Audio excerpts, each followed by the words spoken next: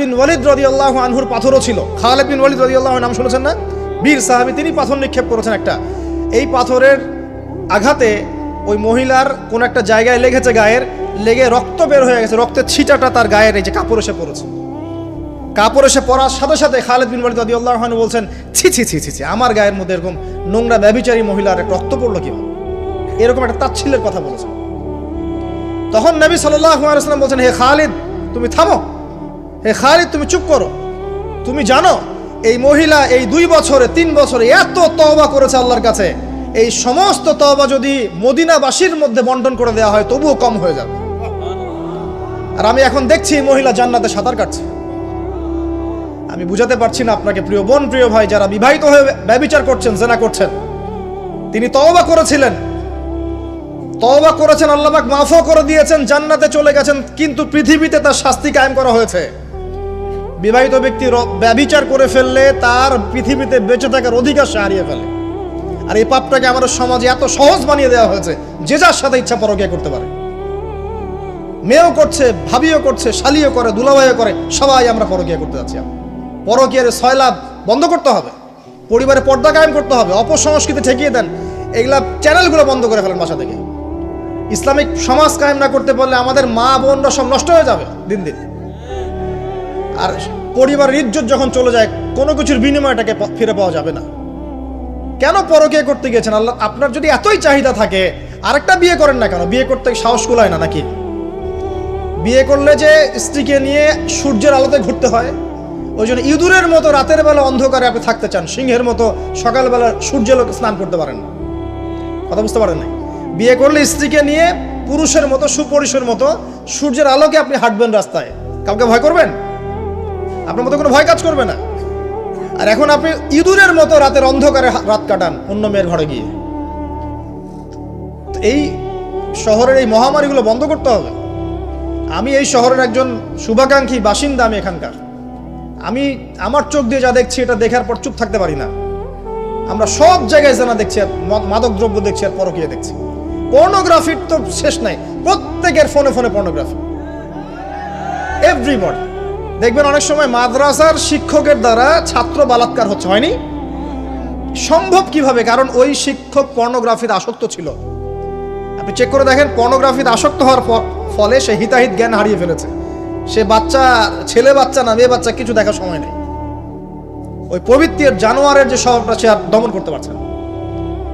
Pornography আর মাদক আর ব্যভিচার, জেনা, free mixing অবাধে আমাদের শহরে। বস্তুবাদী তো আছেই।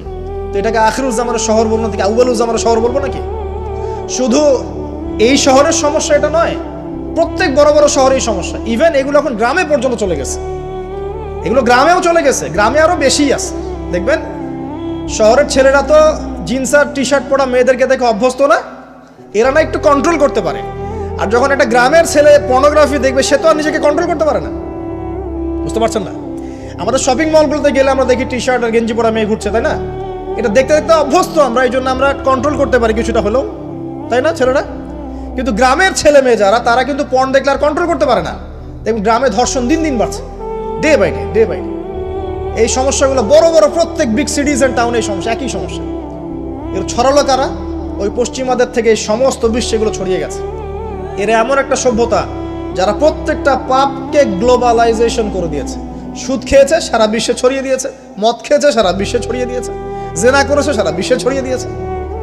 ফ্যামিলিস্ট রেভলিউশন সারা বিশ্বে ছড়িয়ে দিয়েছে। ব্যাংকিং, সুদভিত্তিক ব্যাংকিং সিস্টেম সারা বিশ্বে ছড়িয়ে দিয়েছে। প্রত্যেকটা সমস্যা দেখবেন ওখান থেকে সারা বিশ্বে ছড়িয়ে গেছে। আর আমরা মনে করি ওরাই নাকি মানবতার মুক্তির পথ দেখাবে। সুবহানাল্লাহ। ওরা তো ছেলে ছেলে বিয়ে করে। যে সম্প্রদায় ছেলে ছেলে বিয়ে করে, ও আমাকে ভালো মন্দ শিখাবে? ওখানে তো একটা প্রত্যেক 10 সেকেন্ডে একটা করে মেয়ে রেপ হয় আফ্রিকান কন্টিনেন্টে। জার্মানির, আমি পর্নোগ্রাফির একটা লেকচার দিয়েছি, দেখবেন নীল দর্পণ, ওখানে সব ডিটেলস দিয়েছে। জার্মানি, ব্রিটেন বলেন, আমেরিকা বলেন, এই প্রত্যেকটা কান্ট্রির মধ্যে প্রত্যেক মিনিটেই একটা করে মেয়ে ধর্ষণের শিকার হচ্ছে। ওরা আমাকে শিখাবে নারীর স্বাধীনতা, অধিকার? আমার কাছে কোরআন এবং সুন্নাহ আছে, রাসূল আছেন, আমার কাছে আল্লাহ আছেন। এগুলোকে বাদ দিয়ে তোমার কথা শুনতে হবে আমাকে? এরা আমাদেরকে বাঁচাবে না, বরং এরা সারা বিশ্বে ইয়াজুজ মাজুজের মতো ফিতনার ফাসাদ সৃষ্টি করে বেড়াচ্ছে। আসুন একটা ব্যাখ্যানে অনেক কথা হয়ে গেল। আল্লাহর ওয়াস্তে যুবক যুবতী যারা আছো, লেকচার যদি কানে যাবে, আজকেই জেনা থেকে তওবা করতে হবে। জেনার ধার কাছে যাওয়া যাবে না। হালালভাবে বিয়ে করো। যদি তোমার খুব যৌন চাহিদা থাকে, তোমার অনেক চাহিদা, তোমার অনেক সম্পত্তি আছে, ব্যালেন্স করতে পারো, একাধিক বিয়ে করো, কি সমস্যা? পরকীয়া করতে যাচ্ছেন কি জন্য? করবেন না। আর হালাল উপার্জনের সোর্স হয়ে গেছে, অবিবাহিত থাকার দরকার নাই, বিয়ে করে ফেলেন। বিয়ে আপনার জীবনটাকে সুশৃঙ্খলতা নিয়ে আসবে। আমি গার্ডিয়ানদেরকে রিকোয়েস্ট করবো যে বিয়েটাকে সহজ করে দেন, কঠিন জটিল করেন না, জেনা বাড়তে থাকবে। না হলে যে সন্তান, যে ছেলেটাকে মেয়েটাকে ছোট মনে করছেন না, ছোট নাই, সে অলরেডি 4-5 ঘাটের পানি খেয়ে আসছে। দেখবেন, আপনারা পরিসংখ্যান দেখেন, বাংলাদেশের ইয়াং ইউথ জেনারেশন যারা আছে, এদের মধ্যে ম্যাক্সিমামই বিবাহ বহির্ভূত সম্পর্ক স্বাদ পেয়ে গেছে অলরেডি। স্কুল কলেজ পাশ করে নিয়ে এখন পর্যন্ত যৌন সম্পর্ক করে বসে আছে। আর ছোট ছোট মেয়েগুলোকে ছোট মনে হয়, বদের হাড্ডি সবগুলা। সব জায়গায় দেখবেন এরা বেশি বদের হাড্ডি। কেন বলছি জানেন? এরা ছেলেদেরকে সিডিউস করে, ভালো মেয়ে কোথায় খুঁজে পাবেন এখন? খুব রেয়ার, খুব ডিফিকাল্ট, খুবই ডিফিকাল্ট। এমনকি আর ভিতরে কথা বলতে গেলাম না, আমার ফ্যামিলির, আমাদের স্ত্রীরা তো মাদ্রাসায় পড়েছে, পড়ে নাই? ভিতরে কথা বলতে গেলাম না, মাদ্রাসায় পড়া মেয়ে কেমন করে এগুলা কাজ করতে পারে? অতএব বিয়েটাকে সহজ করেন, জেনাটাকে বন্ধ করেন, পরকীয়ার রাস্তা বন্ধ করেন।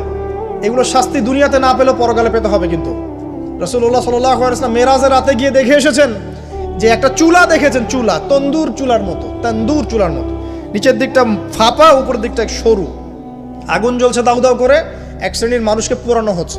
আগুন যখন ফ্লো বাড়ছে, মানুষ উপরে আসছে, ফ্লো কমছে, নিচে নামছে, এভাবে আর কি। রাসূলুল্লাহ সাল্লাল্লাহু আলাইহি ওয়াসাল্লাম জিজ্ঞাসা করলেন, ইয়া জিবরিল, এরা কারা? জিবরাইল আলাইহিস সালাম বলছে, এরা আপনার উম্মতের সেই সব ব্যক্তি যারা জেনার পাপে লিপ্ত ছিল, এবং তাদের এই আযাব থেকে এত দুর্গন্ধ বের হচ্ছে কল্পনা করতে পারবেন না। আরেক শ্রেণীর লোককে দেখেছেন, সামনে এই যে ভালো গোশত, পাশে খারাপ পচা গোশত, বসে বসে পচা গোশত খাচ্ছে, ভালো গোশত খাচ্ছে না।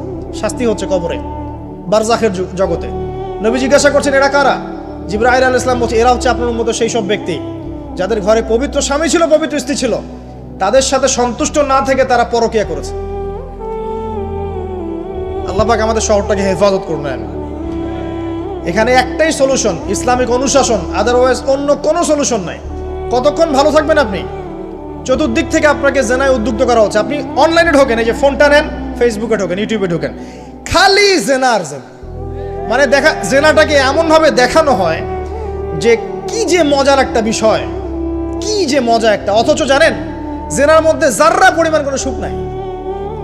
আপনি হালালভাবে বিয়ে করেন, আপনি যে সুখটা পাবেন, আপনি শত শত জেনা করলে সে সুখ পাবেন না। এটাকে দেখানো হয়, এই যে পর্নোগ্রাফি যা দেখায়, সবই ভুয়ার বানোয়াট। এটা টোটালি বানোয়াট জিনিস। শুটিং আছে না, শুটিং, ওই যে নায়ক নায়িকা নাচানাচি করে, শ্যুট করে না, ঠিক সেম ভাবে এটাকে শ্যুট করা হয়। এগুলো শুটিং, জাস্ট, আর কিছু না। তো কেন ছড়িয়ে দেওয়া হলো? কারণ মুসলিমদের ঈমান, তাদের তাকওয়া, তাদের কলবের যে নূর, এটাকে নষ্ট করার জন্য। কারণ মুসলিম যুবকরা যদি ইসলামের আলোয় উদ্ভাসিত হয়, তাদেরকে ঠেকানো এত সহজ নয়। তাদের দ্বারা ইনশাআল্লাহ দেশ, জাতি এবং উম্মার খেদমত হবে। এই কারণে তারা সুকৌশল এটা করেছে। হয়ে গেছে, বিয়ে করে ফেলেন, পারিবারিক আদর্শ ঠিক করেন। পরিবারে চাল ডাল নাই, পরিবারে পর্দা যেন থাকে। পরিবারে চাল ডাল নাই, পরিবারে পর্দা থাকতে হবে। পরিবারে খাবারের সংকট আছে, থাক, পরিবারে নামাজ থাকতে হবে, তালিম থাকবে, কোরআন থাকবে, সন্তানদেরকে ইসলামিকভাবে প্রতিপালন করতে হবে। শেষ জামানার আলামতগুলো যখন দেখা যাচ্ছে, এখন আর আয়েশ করে বসে থাকার কোনো সুযোগ নাই। সর্বপ্রথম নসিহত, পড়াশোনা করুন, বস্তুবাদিতা থেকে বেরিয়ে আসুন, ম্যাটেরিয়ালিজম থেকে বেরিয়ে আসুন, পরকালের বান্দা হয়ে যান। পরকাল ঠিক আছে, তারপর দুনিয়া ঠিক করেন। অল্পতে সন্তুষ্ট থাকার চেষ্টা করেন। এত বেশি প্রয়োজন নয় আমাদের। দুনিয়ার জীবনে এসেছি একটা পানির মতো, হাতের মধ্যে লেগে থাকা পানি, আর পরকালটা পুরো মহাসমুদ্র।